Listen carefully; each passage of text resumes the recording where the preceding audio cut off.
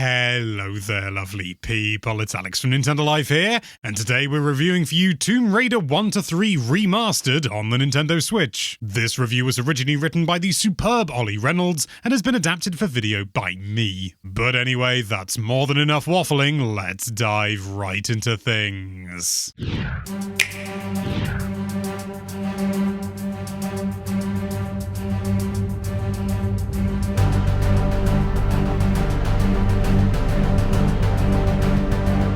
Not many game franchises managed to ascend to the status of iconic, but Tomb Raider is undoubtedly one of them. Despite the original trilogy being released for multiple platforms, Lara Croft quickly became synonymous with the PS1, standing toe-to-toe with Crash Bandicoot as one of the console's mascots. Since then, of course, Lara has been practically everywhere, yet 2024 marks the first occasion that the original trilogy has been fully revamped for modern audiences via Tomb Raider 1-3 Remastered. We say revamped, but these are the same games you know and love from the late 90s, albeit with the additional expansions included for the first time on console. What developer Aspyr has done here, however, is give all three titles a much-needed lick of paint, boosting the visuals significantly whilst also adding in an optional modern control scheme for those who might not get on with the aging tank controls. Similar additions include a surprisingly robust photo mode and health bars for boss encounters as well.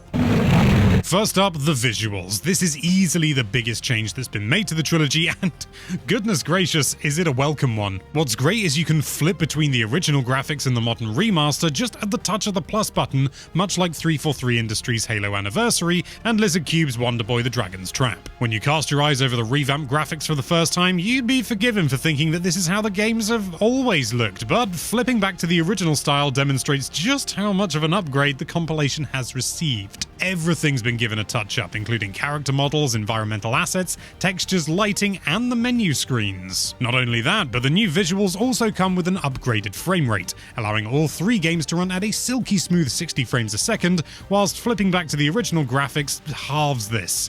For some reason. We're especially appreciative of the frame rate boost as it makes the somewhat archaic gameplay feel much more manageable and fresh. Granted, the visual upgrade doesn't always work in the game's favour. There are some areas where the revamped lighting makes environments appear darker than the original releases, while others come across much brighter. The darker areas can make navigation trickier than it realistically needs to be, and we found that switching back to the original visuals helped us find our way. Had we been unable to do this, we might have had to resort to some glances at a YouTube walkthrough. It's not ideal, and perhaps a bit more consistency across old and new would have been beneficial. Onto the games themselves. If you've got no prior experience with the original Tomb Raider trilogy, it's important to understand what you're getting yourself into here. These titles represent the genesis of 3D action-adventure games way before the likes of Uncharted came along and introduced some much-needed cinematic flair. With that in mind, there's less focus on flashy shootouts in Tomb Raider 1-3 and a lot more on exploration and platforming. Think of them more like puzzle games with a bit of action sprinkled in, and you're pretty much on the right track. A lot of Tomb Raider's challenge came from the simple act of just navigating the environment. Even jumping from one platform to another requires a certain degree of caution so as not to plummet into a pit of spikes. It represents a refreshing change of pace in an age where game difficulty is largely tied to enemy encounters,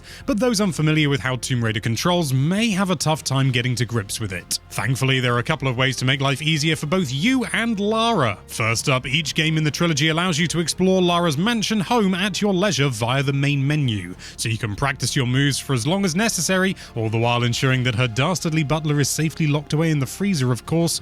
I'm sorry, Chris Barry. The second way is to simply switch the original controls for a revamped scheme for newcomers. This swaps out the tank controls for complete 360-degree movement, whilst also remapping other buttons to bring the games more in line with modern action-adventure games. For example, the original controls required you to press X to holster and unholster your guns and B to fire, but the modern system remaps this to ZL and ZR respectively. Admittedly, because Ollie was already familiar with the original games, he's stuck with the tank option, but me, I'm brand new to the series and I went straight for the revamped, I've got to be honest. Upgrades aside, you're getting a lot of bang for your buck with this collection. 3 full games with 3 additional expansions is nothing to sniff at, and since each title will take roughly 10 to 15 hours to beat, you're looking at a reasonable commitment. That said, you can almost certainly add more time if you forget to save your game, and this is one area that we sincerely wish was upgraded alongside the graphics. Manual saving is practically mandatory since there's no autosave whatsoever, and it's quite easy to be on a solid streak, make it through a couple of levels before dying,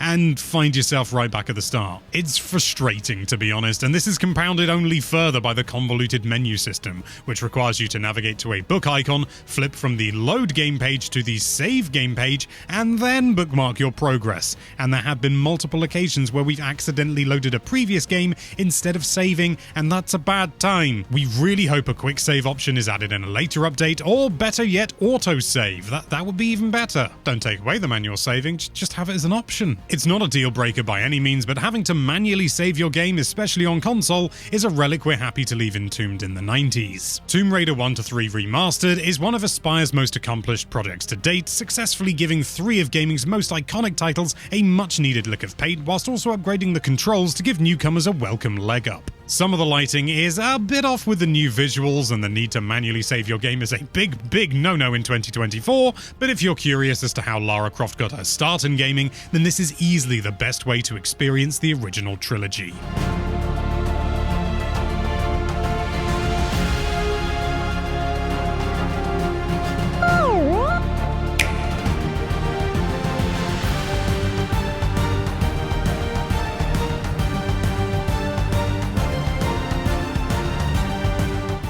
You've reached the end of the review. That means it's time for Alex's personal thoughts, and they're mixed, I'm afraid to say. I actually started playing the first level in all 3 of the games just because that was what the embargo would allow us to do in regards to releasing footage before release, and you know, that's fine. But it did mean that my experience was not as solid as I was hoping it would be. The first game, you know, it took me a while to get the controls down and to understand what was going on, but then, yeah, loved it. And the second game, kind of more of the same, with a few more beginner traps, but at the same time, I don't know, still very much enjoyed it. But the third one, I just found incredibly frustrating, I'm afraid to say. I found it really tough to know when I was making progress, and that's not a hugely bad thing, and it's something that I could break through if I really put some time and effort into it, which I plan to do, but, you know, first impressions, not amazing for the third game. But having said that, 1 and 2 are absolutely my bag.